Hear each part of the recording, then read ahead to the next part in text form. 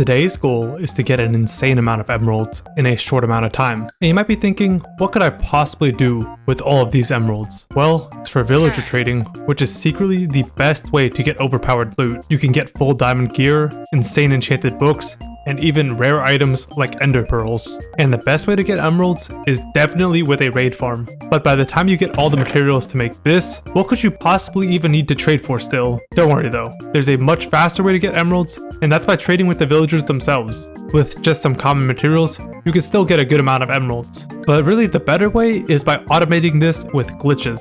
By duplicating tripwires, you can get emeralds even faster. So all of this, it kind of seems overpowered, right? Well, I know that. You also know that now. But server owners, they also know that, unfortunately. And this brings up the two major problems with villager trading. The first is the servers themselves. They'd obviously patch any overpowered glitch like the one I showed with the tripwires earlier. And also, mob spawn rates have to be nerfed too. In single player, mobs spawn only around where you're standing, but in multiplayer servers, they have to spawn around where everybody is standing. And you can't have the same amount of mobs like in single player on each person, or else the whole server is just gonna crash. Like, that's just too many mobs everywhere here. And on top of that, servers typically make villager trades way more expensive too. But the even bigger issue stems from what I said earlier with the raid farm. It's that doing all these trades takes a lot of time. And what's the point of trading for all this overpowered loot when you can just get the same gear from either mining and enchanting, or you could just speedrun the game and loot up an end city? So the only way to make trading worth it is by finding something that you can farm super fast, which also doesn't require a crazy amount of setup either. And on top of that, you can't rely on trading with the villagers too, because each villager, once you trade with them a few times, they have to restock and you have to wait for them to do more trades. So you can't just constantly cycle sticks, clay, or things like that. But there's exactly one thing that fits that criteria that I described. Snow golems. You see, each snow golem is composed of 3 blocks, 2 snow and 1 carved pumpkin. The snow is super easy to get a huge amount of because you can just find any snow biome. But how can I get a lot of pumpkins? Well, you could actually shear each snow golem to keep reusing each one. So if you just hold a few pumpkins in one hand with shears in the other hand, you can quickly move in rows to spawn in a bunch of golems. And this works extremely well because your hitbox collides with each golem that you spawn in, and it pushes you forward perfectly to the next spot to create a new snow golem. But how can I even get emeralds from snow golems? Well, it's time to bring out this server's own creation against them. Cause on Hoplite, every mob killed with the villager wand drops 1 to 2 emeralds.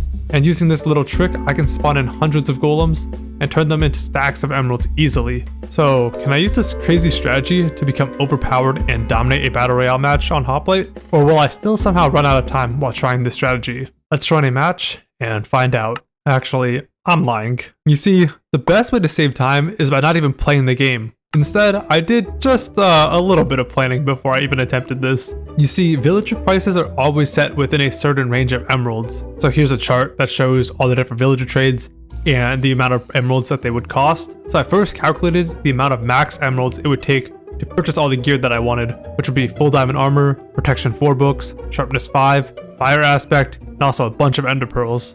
Originally, I wanted even more loot, such as feather falling, but I knew I had to chill because it was getting just a little bit too expensive. And then there's another issue that certain trades are not guaranteed. For example, with the pearl trade, I have to spend emeralds to level up cleric villagers. You have to trade a certain amount with them of the lower level trades before you can unlock the next level of trades. And the section of the trades that the pearls are at, there's only a 2 in 3 chance you actually get that trade. And to make it even worse, Hoplite has shields disabled, which is a possible trade for the armor villager that you get the diamond armor from. And the way the admins fix this is by just disabling the shield trade. So if the armor levels up and at that level it would have a shield trade, the villager just gets no trades instead. Because of this, I actually calculated the amount of emeralds it would take to level up a certain amount of villagers based on the percent chance I had of success. If that didn't make any sense, let's just say I needed 13 villagers to have an 81% chance to get the trades that I wanted. And all those numbers I went over, yeah, I don't remember them either. So I made an entire spreadsheet to keep track of everything. So whatever price for an enchanted book that I get that I want here, I can just put it onto the spreadsheet and it will just update it for me to tell me how many emeralds I'll need for the rest of that game. But it's finally time to actually attempt the strategy. So back in the game, it's actually not just me playing this game. I actually got 2 of my friends to help me here. And our first step was to loot chests and structures for the items needed to craft the villager wand. So this includes experience bottles, bones, and a bell. Then we had to chop down some trees for some quick emeralds. And now with this all-in-one emerald farming tool acquired, We then had to search for a huge village for all those villagers that we needed. And along the way, we collected some books for the lecterns and to trade with the villagers. We also collected some pumpkins to farm snow golems. And we got some diamonds to make swords for everybody. Now at the village, we trapped all the villagers underground so that other players wouldn't be able to see us while we were trading. And then we cycled lecterns to get the enchanted books we wanted. Once that was done, we migrated to a snow biome and spawned in hundreds of golems, all of us doing that same pattern I talked about earlier in the video. And here's the best part. Like, just look at how many emeralds I'm getting, guys. This is crazy. And then we took all those emeralds, went back to the villagers, and traded for sharpness 5, fire aspect, and then we got to work on the armor of villagers. Or I guess not, because we got teleported to the deathmatch arena before we even finished, and we didn't even get to work on the ender pearls at all either. So where did everything go wrong? And how can we save even more time here? Well, I forgot to account for the time it takes to kill all the golems. Because even though the villager one can do this huge explosion, that's on a 60-second cooldown. And the rest of the time, I'm just sprinting through them and just spam clicking away, but it's still hundreds of golems to go through. Then it takes even more time to bring all those emeralds back to the village too. And on top of that, we still have to spend time leveling up each villager and doing all the trades to completion. So I had to come up with even one more trick to save a humongous amount of time. Luckily, there's one thing I haven't said yet. Each Hoplite Battle Royale match is not on a randomly generated map. So once we were able to test the strategy on one map, we knew exactly which chest to loot, meaning we could beat other players to the exact items we needed, such as the diamonds and experience bottles. And we also found that structures generated in the same location, so we could run to the same villages over and over too. Even the caves generate in the same way, so I just memorized the location of some diamonds we needed to. I also decided that trading with the armors was holding us back, so instead, it was time to go all in on ender pearls. Not only does removing all these trades save us nearly 19 stacks of emeralds, this also saves the need for an extra 7 villagers. And I mean, there's another solution to getting diamonds anyways. We could just kill some random noobs too. So now on to the next game, we actually managed to get one of those repeated maps. The first time we were on this map, we ran out of time because we went to this very far village and the border shrunk in too much and it kind of closed the village and closed off some of our trades. But since we already had practice, we speed ran and collected all the materials for the villager one in a very quick amount of time. Then we immediately got back to those villages and started cycling our villager trades, and a bunch of noobs happened to wander nearby the village too. So that was a really easy way to get all the diamonds we needed. Oh, and they also had an elytra and a netherite sword too, so it was just super convenient. And at this point, we knew this had to be the match we pulled this strategy off in. And looks like the villagers agreed too, because they all decided to be very generous and give us all the trades we wanted really fast. With that, suddenly I was stacked out of my mind. I've got nearly full protection 4 diamond armor, a sharpness 5 fire aspect netherite sword, and more than enough ender pearls to destroy the game. And my teammates, they got all the same enchants. They're not looking too bad either. And with that, it was time to go to deathmatch and, we'll say, collect some victims. Oh, and in the same deathmatch, there happened to be a stacked live streamer too. But we didn't know that yet, so let's kill these random noobs first. Wait, there's kids to our left, random kids. No. Freeze drops of her life.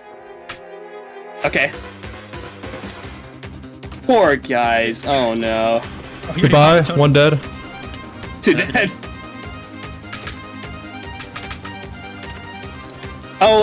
Stop. Don't worry about that guy. Turn around, turn. We have to get these guys. I'll just kill him real quick. Okay, wait. Are we good? Alright, let's fight, ready? Central's right here. Go. Hey, Chad, just run. Central's dead! Central's dead! Oh my god! Pearl Central! Pearl, 9, 10! Got him! Dropped him! Let's go! Oh wait. I got the beam. Go! Keep moving! Keep rolling, He's chugging! Dead! Oh my god! Pull the last guy! Bees! Dead, he's alive. Oh shoot, I might not have wanted to pearl too much. I already used all my pearls, bro. I don't give a shit. That was so funny. Oh my god, get him, Pearl! Sap was dead. Sap on. Broke it. Why is it? Oh. 3. Nice. Alright, who's left? Wait, don't let our teammate kill this guy. No, he's on 3. Oh no. Good job, everyone. Oh, he has a fire sword. Oh, he's stacked. Oh shit. I didn't even notice. I'm proud 4, by the way. That's me, proud 4. Rush is ready, Rush is ready. I'm on him. It's over. Oh my god! Where are you, bro?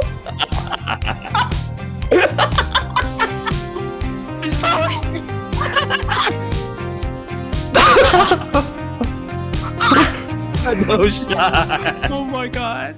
Wait, he thinks we went to the end. I know. Yeah, because Cal had Elytra. Dude, we just destroyed these guys using high level math that they don't know about.